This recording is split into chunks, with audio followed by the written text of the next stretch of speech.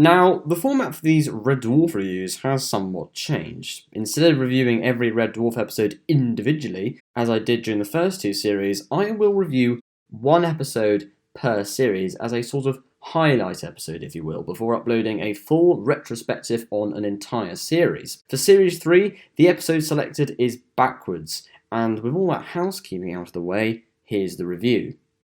In this Series 3 retrospective, I will go into greater detail on the behind-the-scenes changes that went on around this time, but in short, there were huge changes for Series 3. Nothing was left unchanged. Some changes were small and barely noticeable, whilst others were big enough to arguably redefine the entire show. With the addition of Crichton to the main cast, the entire dynamic changes, and Robert Llewellyn is fantastic on screen. His performance has evolved over the years. The accent he opted to use as Crichton, a sort of rubbish Canadian accent, certainly developed. The episode begins with a hilarious title crawl, brilliantly parodying the Star Wars crawl. The crawl fills the audience in on what's happened between series, from Lister's pregnancy to the reappearance of Crichton. Being a comedy, the crawl moves at a ridiculously fast speed, making it impossible to read. From this point onwards, you can just tell that Series 3 will be the funniest series yet. The opening scene involving Lister and the cat gives the audience the first proper look at the new set design. The overall colour palette is also much brighter in this series, which says that this series has a lighter tone than the previous two series. The scene itself is nothing to shout about beyond some decent enough jokes. The introductory scene to Robert Llewellyn as Crichton is fantastic. There's no time wasted. Crichton's now a main character, and that's that. It's great that in the opening episode of Series 3, Crichton gets plenty of screen time. It's hard to define, but by making Crichton a main character, Red Dwarf changed completely, and the first two series seem slightly disconnected from the rest of the series because of it. Hattie Hayridge as the female Holly is also fantastic, though doesn't get very much screen time at all. After a while, the character, for an unexplained reason, seems to disappear from the story, but from what screen time Hattie Hayridge gets, she's brilliant with great deadpan delivery.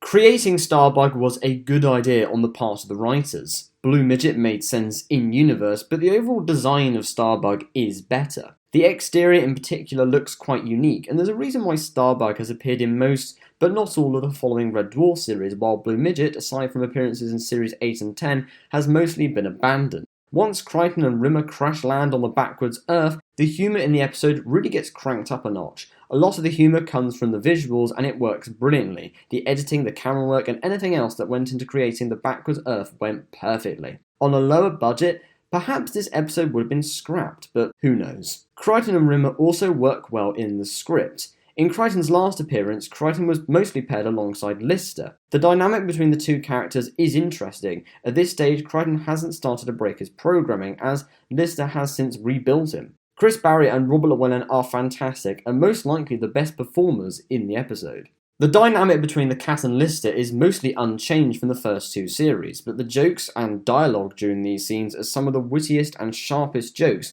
besides the visual jokes, in the entire episode. Once the cat and Lister arrive on the Backwards Earth, the plot just continues to move at a nice pace. Scenes are never too long in this episode, the jokes are cracks, and then it moves on. It prevents the episode from becoming stale.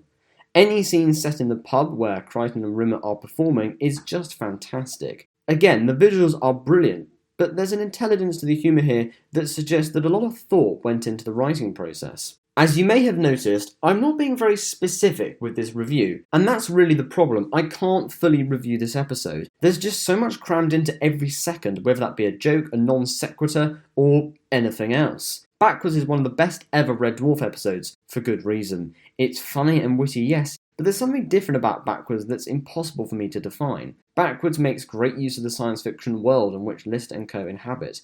The style and tone of the series changed at this point.